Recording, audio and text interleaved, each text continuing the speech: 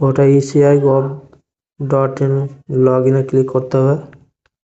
Log ইনে click করার পর দেখুন এইখানে লেখা আছে ভোটার সার্ভিস পোর্টাল, সরকারি ওয়েবসাইট voters.eci.gov.in। এই লিঙ্কটাতে প্রত্যেককে ক্লিক করতে হবে।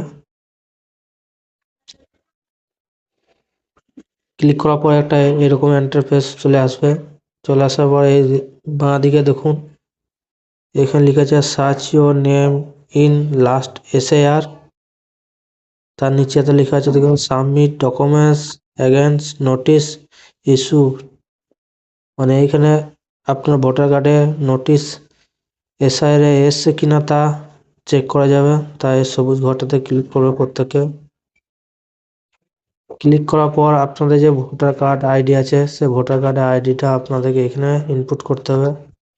আমি আমার ভোটার কার্ডে এটা ইনপুট করে দিচ্ছি। এখানে সেন্ড ওটিপিতে ক্লিক করতে হবে। তার আগে বলে দিচ্ছি আপনাদেরকে এখানে অবশ্যই মোবাইল নাম্বার ভোটার কার্ডের সাথে লিঙ্ক থাকতে হবে। লিঙ্ক যদি না থাকে এখানে 8 নম্বর ফর্ম ফিল আপ করে লিঙ্ক করে নিতে হবে। আমার যেহেতু লিঙ্ক করা আছে আমি এখানে সেন্ড ওটিপিতে ক্লিক করছি। সেন্ড ওটিপিতে ক্লিক করার পরে এখানে দেখুন একটা মেসেজ আসবে C7610। তারপর দেখুন এখানে সার্চ অপশন রয়েছে, এই সার্চ অপশনে এখানে ক্লিক করতে হবে ওটিপি দেওয়ার পর।